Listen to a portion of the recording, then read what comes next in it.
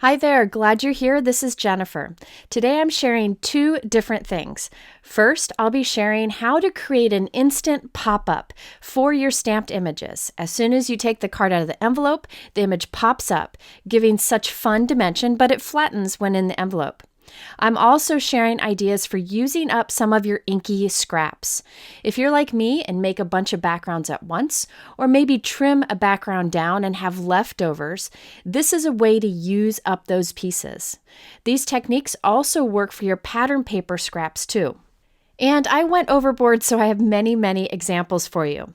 Okay, so I dug through my extras drawer. I have drawers for my colorful cardstock scraps. Then I have extra drawers for extra sentiments I had left over, extra die cuts. And then I have an area where I keep leftover backgrounds. So these were backgrounds that were left over from something I trimmed down, or a technique where I made lots of backgrounds and just ran out of time to use them all. Or even backgrounds that I wasn't really happy with, so I decided to save them later for something else. So I've got lots of them here. If you watch my videos, you probably recognize some of these backgrounds from different techniques that I've taught. I will try my best to reference the video for the different scraps I show, but really any scraps would work. You could use colored cardstock, inky scraps, you could use pattern paper scraps, whatever you seem to have a lot of. Don't let those go to waste. You can use them in fun ways, including what I'm showing today. I will link to a playlist of videos where I show different ways to use scraps here at the end of this video, so be sure to check that out if you're looking for more ideas. As for stamps, you could use a variety of images. I recommend an outline image, and I chose this beautiful butterfly stamp set from Reverse Confetti. I love butterflies. I think they work for a variety of occasions, so I can make lots of cards today. I also like the playful feel of this. Now, this first technique I'm sharing works best with a symmetrical image, like a heart, a star, a butterfly, some leaves. However, if you have an image that is not symmetrical, I will show you how to handle that at the end of this video. For most of my cards today, I'm also using vellum. Any type of vellum would work. Lightweight, heavyweight, doesn't matter. I'm using my MISTI stamping tool, and I am using also an anti-static powder tool to make sure that we get really crisp heat embossing. I'm stamping my butterflies with VersaMark ink, and then I will white heat emboss them. Now, when you're heating vellum, you don't want warping to happen. So what I recommend is letting your heat gun get very hot before starting to melt the powder, and keeping your heat gun moving. That will also prevent warping. I didn't have any problems with the vellum that I use, which I'll link below in my YouTube description. Now, I did this process with lots of butterflies so that I could create lots of cards today. So we have lots of butterflies white heat embossed on vellum, and we can use the coordinating dies to cut them all out. I also white heat embossed some butterflies on acetate. I really like the Simon Says stamp heat resistant acetate. It's nice and thick. It can be used for lots of things, and you can heat emboss it without it warping. When I use acetate, I do like to use my anti-static powder tool inside of my stamping tool and on both sides of the acetate. This just prevents any static from keeping the powder where you don't want it. I have a lot of static, so this is something that is helpful, using that anti-static powder tool all over the acetate. I stamped with VersaMark ink. I'm adding my white embossing powder, and you really want to flick this to knock off the excess. Once you're happy with it, you can heat set it by keeping that heat gun moving, just like we did on the vellum. Now, on some of my cards, I'll use acetate butterflies, and some I'll use vellum. It just depends if I want a completely see-through image. You could use whichever you prefer. Now I'm using the coordinating dies to cut these out. Sometimes folks have trouble cutting acetate because it's thick and hard to cut with a die.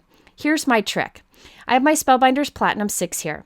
I am laying one cutting plate down, and I am laying the die upside down. So the back of the die is touching the cutting plate. The acetate is pointing up towards the camera. So these images are upside down. I then put a piece of thick cardstock on top of that, and then my cutting plate, and I run that through. I find that putting that cardstock there helps to cut through the acetate, and by running my dies face up, it helps to cut even better. So there we have our acetate cut out nicely. By the way, if you're looking for tips on really getting good die cutting, I will link to a video up here on the top right. Okay, so now I have a bunch of white heat embossed butterflies on vellum and a few on acetate too, so now it's time to create some cards. I'm using those same coordinating dies to cut from some of our colorful inky scraps. This background was created using a cover plate die, making an impression with it, and then rubbing white ink over it. I'll link to that video up at the top right. Now I have a colorful background to go behind my heat embossed vellum. Now, you know me, I like dimension. So I die cut 2 additional white butterflies, and I'm gluing that behind our colorful butterfly. You don't have to add that dimension there if you don't want to. I just like the look of it. By the way, a lot of people ask about the weights that I put on top of my die cuts while they dry. I have a couple that blog readers have sent to me. So this one is like a beanbag. It's pretty heavy and you can lay it on top of your project while it dries. The other thing you'll see me use in videos, I'll pull it in the camera here, is a sample of quartz or some countertop that somebody sent me. Anything heavy will work. Just look around in your stash, in your house, and find something that you can put on your die cuts while they dry to make sure they lay flat. Anything heavy. I just wanted to mention what I've been using since a lot of people have asked. Okay, so now let's do that instant pop-up technique. This is so cool. I think you'll really like it. For this, you'll need a piece of a medium weight acetate. I'm using that Simon Says stamp acetate that I showed you earlier, but any recycled packaging would work. You don't want it to be like super flimsy, but something kind of heavyweight. You can see here it's got a little bit of bend to it, but not much. Now I've cut a piece, it doesn't matter what size, it doesn't matter how wide, and I'm folding it in half. Now you kind of fold it in half and then use something like a bone folder to really enforce that fold. So now we have kind of this long V-shaped piece. Super easy to do. Now one side, I'm going to cut off most of it so that one side you just have like a 1/4 of an inch flap. Doesn't have to be perfect. You can see I'm kind of just eyeballing it here. So now it kind of looks like a check mark from the side. This is all you need for creating this instant pop-up feature. Now along that little flap on the outside, I'm putting some strong double-sided tape. You can use whatever strong adhesive you want here. I do recommend a strong double-sided tape. Lawn Fawn has a great one. This is a particular one I've had in my stash for a long time. Anything that is strong that you trust. And you really want to press that down with your bone folder also. So now at the foot of that, we have some strong adhesive. Okay, so now this piece is super long. I'm going to cut it into smaller pieces. The reason I started with something longer is look at, I can quickly cut a bunch from that one piece. Now these are pretty wide. You don't even have to cut them this wide. You'll see later in the video I make them thinner, so you can get a lot of pieces at once. Now you remove the release paper from the foot of that pop-up feature, and we're pressing it a little to the right of center. And we'll press that down again using the bone folder to make sure that it's attached there. I'll take another and put it on the other side, a little left of center. So there is about a 1/4 of an inch of space there in the center. You could do more space if you want to, depending on the size of the image you choose. So after pressing that down, look at this from the side. You just have these 2 clear things sticking out from the center. It looks silly, but you won't be able to see them when we add the vellum on top. And look at how they just pop up instantly. All right, so I need to cut these a little bit shorter. Doesn't matter how you cut them. I left about a 1/2 inch, 3/4 of an inch sticking off on those flaps. These will be hidden by the vellum. All right, now we're going to put a piece of strong double-sided adhesive on the back center of our butterfly vellum die cut. So you could do the acetate here or the vellum. I really like the look of the vellum because it allows the image to kind of stand out more, but it's totally your choice what you use. I'll show you the acetate later. Now I'll press that adhesive so the body of the butterfly attaches to that colorful butterfly behind. And now you can see how those butterfly wings instantly pop up. They flatten to go in the envelope. As soon as you take it out, they pop up, thanks to the memory of those folded pieces of acetate. The acetate flaps aren't actually stuck to the back of the butterfly. That's okay, they don't need to be. And look at that fun embellishment. So I made a bunch of these. I did a bunch of them because I love to sit down and make a lot of cards at once, get a lot of pieces ready so I have cards to send out. This even works on the tiny butterflies. Here I'm creating tiny little pop-up features. Again, I'm gluing one to the left of center, one to the right of center, pressing it down firmly. And then we can cut the excess off so that those little clear pieces don't stick too far out. So this could work with a heart, so like the sides of the heart pop up. This could work with a star. This could work with a leaf, which I'll show you a good option for that later. And again, if you have like another shape, like a flower or a circle, I'll show you how to make that pop up instantly at the end of this video. I put strong double-sided tape at the body of the butterfly and attached that on top. So really the only thing holding that vellum on there is that strong piece of double-sided tape in the center.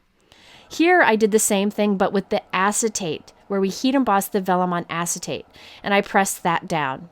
Now I prefer the look of the vellum, but this is another option, and look how fun that instantly pops up. Be sure to use strong double-sided tape. Now, if you're like me and like to make a bunch at once, you can kind of get into a rhythm with these. Here I've got some inky background butterflies. I put the tape down the center already. Now I'm attaching the little pop-up features to each side of the tape and doing 3 at once. So you can save time by doing multiples at the same time.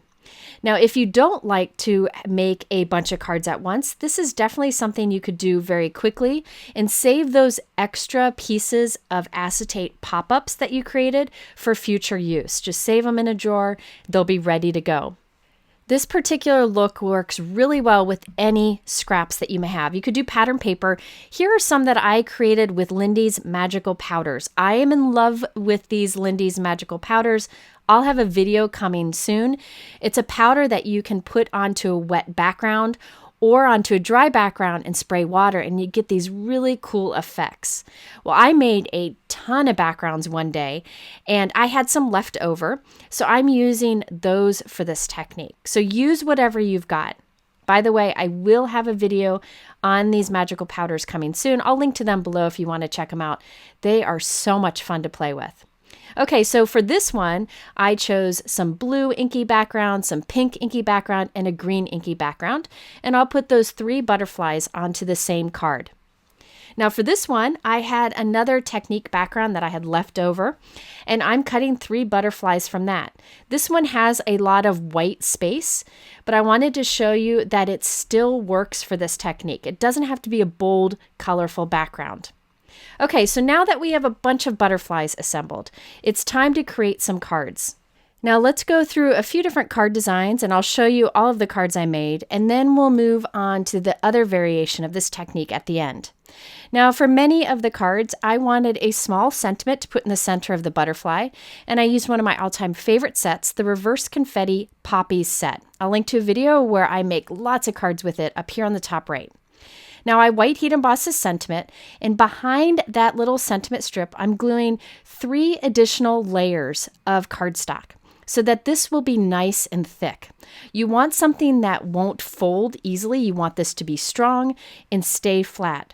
So by putting cardstock scraps on the back of it, it will be almost like a chipboard piece.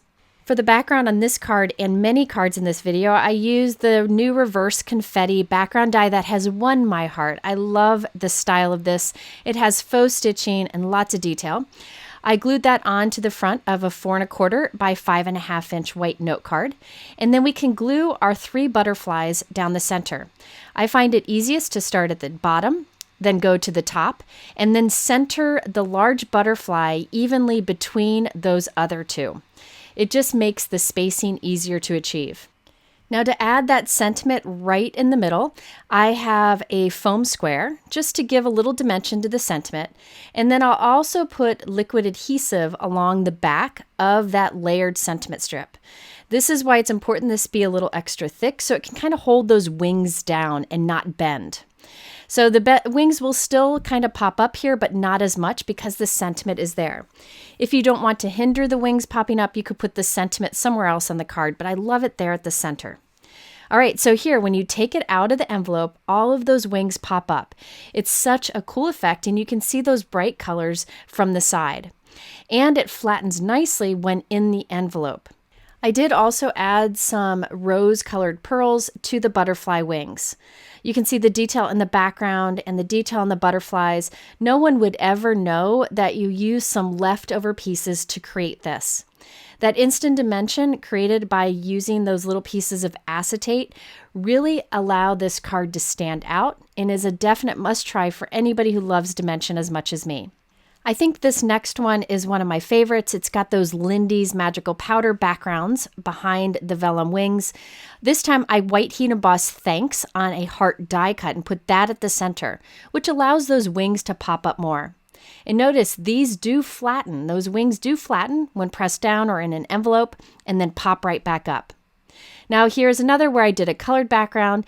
There you can see those lighter colored inky background butterflies back there with the white background. It still works really well with this technique. Now I personally like the vellum butterflies, but if you want to be able to see through the butterflies, you can use the acetate. This one has acetate, which is fun because it also has that shine to it. I did really soft colors here. So I used some inky soft backgrounds there and did the acetate butterfly on top of that. Again, I white heat embossed the thanks onto a heart die cut and put that at the center of the main butterfly. For my next card, I wanted to use this new reverse confetti stamp set. I really liked that image there on the bottom, and I just used it as a backdrop for 3 of my small butterflies. I used a sentiment from the Reverse Confetti Cup of Friendship stamp set and added a few pearls here and there. Really, once you have your dimensional butterflies made, the rest of the card comes together pretty quickly. Now here I wanted to use 3 large butterflies, so this is a 5x7 card. I stamped thank you off to the left, and that's it. I added a few white pearls to the butterflies, but really I allow those inky scraps to really be the focal point of the card. That pop of color that comes out from behind the wings really catches the eye. I wanted to use some of my smaller inky scraps, some that I had just chopped off of a background when I trimmed it down. So I made a card with the 6 small butterflies. So again, I used that same background die, You're at the Absolute Best, stamped on a sentiment strip right in the center, and the same instant pop-up technique behind all of the vellum butterfly wings. I also made several cards where I had one butterfly as the focal point, along with a nice bold sentiment. This is great for a clean and simple look, but it's extra special because you have those pop-up wings. Here I have one of my Lindy's magical powder backgrounds, have the vellum on top with the little pop-up feature, and I stamped "You Are So Dear to Me" onto our die cut background. This is the new Reverse Confetti Roses stamp set. I really liked the style of the sentiments and felt it worked great for the simple card design. For my next few cards, I used this Reverse Confetti Sending Smiles stamp set. I really liked the style of the 3 sentiments. I used the thank you earlier on that 5x7 card. For these next few cards, I used the Sending Smiles sentiment. I stamped that with black ink on a white cardstock piece, and then I used the background die. I feel like when you use a cover plate die, it's best to stamp first so you can get that nice crisp image and then add the texture.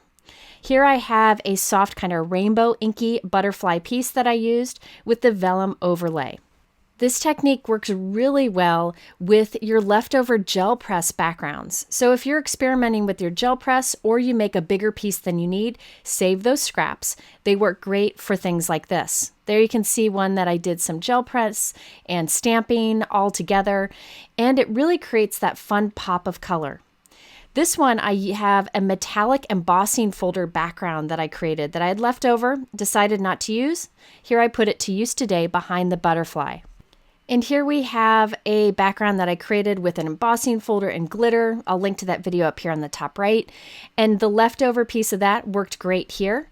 And then finally, this one, I did some layered stenciling with a fun Altenew stencil set. I'll link to that video also.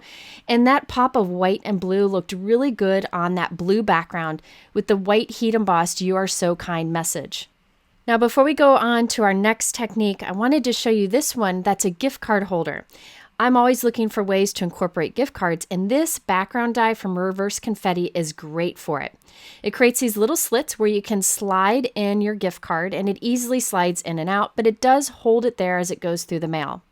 I'm putting glue on the back of that die cut and adding it to a 4 1/4 by 5.5 inch note card. And then I will glue the butterfly on top of that. The glue will only be on those little white flaps, not on the gift card itself. So the gift card will slide in and out easily from behind the butterfly. Now you could put any image over that center area, but this instant pop-up butterfly really makes it stand out even more, and it'll look nice on display after the recipient takes out the gift card. Now I also wanted to mention this technique would work great with leaves. So you see this large leaf here? You could make the two sides kind of pop up using the same technique we did here today. Or you could take one of the longer leaves and just put one of those pop-ups underneath the base of the leaf, and it'll make the top end of the leaf pop out. So you could do that behind a large flower too to add that dimension. I'll be sure to show that in another video in the future. All right, now I wanted to show you how to do an instant pop-up feature with a die cut that isn't symmetrical. I want to make this friend die cut really pop up off the card when you take it out of the envelope, and here's how. First, let's create our background. I'm using this new reverse confetti circle rainbow die. I think it's a great backdrop. And I've also chosen a bunch of inky scraps that I had left over in my extras drawer. Kind of created a rainbow from it, and I will use that die to cut different sections from the different colors. It's pretty easy to do, and I'll have lots of the scraps left over for even more cards. After I've cut out the arches of all the different colors of cardstock, I'll glue the arches onto a solid white circle of the same size. So this is the first arch. I'll just glue that right against the top. Now I want to glue all the others butt up against it, so I'm putting some adhesive right below that arch. I'm using my Tombow Mono Air adhesive. I'm really liking this one right now. It puts those dots of glue down that you can rub away and kind of move things if you're not happy with it, but then it dries strong. I found this has worked well. It's got refills available and it doesn't get clogged, which I really like. All right, so every other arch on this, I added extra white die cuts behind for dimension. So that teal color one, the second arch there, has 2 extra white die cuts behind it so it stands up. And I'll alternate so we have fun dimension to our rainbow. For the element that will pop up on the front of this card, I use this new reverse confetti friend die set. I cut the shadow 3 times from white cardstock, the word friend 3 times from black cardstock, and glued those all together for a nice layered thick dimensional die cut. I then have another piece of acetate, doesn't matter what size, and I'm creating 2 score lines. And they're about a 1/2 inch apart. You can do it more if you want more dimension, or less if you want less pop-up dimension. But they're about a 1/2 inch apart. It's kind of hard to see there, but I'll just fold along the first score line. It doesn't matter if you really score it first. You just want to try to create 2 folds here that are about a 1/2 inch apart. Now I'll reinforce the first score line. Then the other fold line, I'll fold back on itself. So I'll fold the other direction and I'll reinforce that. So basically we have that little Z there in the middle, the little Z fold. And I'll show you from the side here so you can see. Next, we can trim off all the excess on each side so we have this long Z. And we'll put adhesive on the outside flaps. So before we did kind of a V for our instant pop-up feature, here we're doing a Z or an N, whatever you want to call it. This will allow you to do a pop-up that goes kind of straight up. Before we wanted the wings to kind of fold up, this will just pop it straight up and works behind any die cut. I've put that double-sided tape along the outside of both sides there. So on both sides there, and now we can cut little pieces from this. For this particular die cut, I'll just use 2 small pop-up features. So these will look like little mini Z's that are clear, and they have the adhesive on the top and the bottom. The reason I use acetate here is it has that memory. It doesn't really fold flat. So even if it's in an envelope for a while, it'll still want to pop up when you take it out. All right, so I put one of these in that little green area on my rainbow and the other over to the right in the same area. So these are just 2 little platforms that pop up on their own. And now we can glue the friend on top of that. So this pops straight up. So when you take this out of the envelope, the friend will pop up and have extra dimension.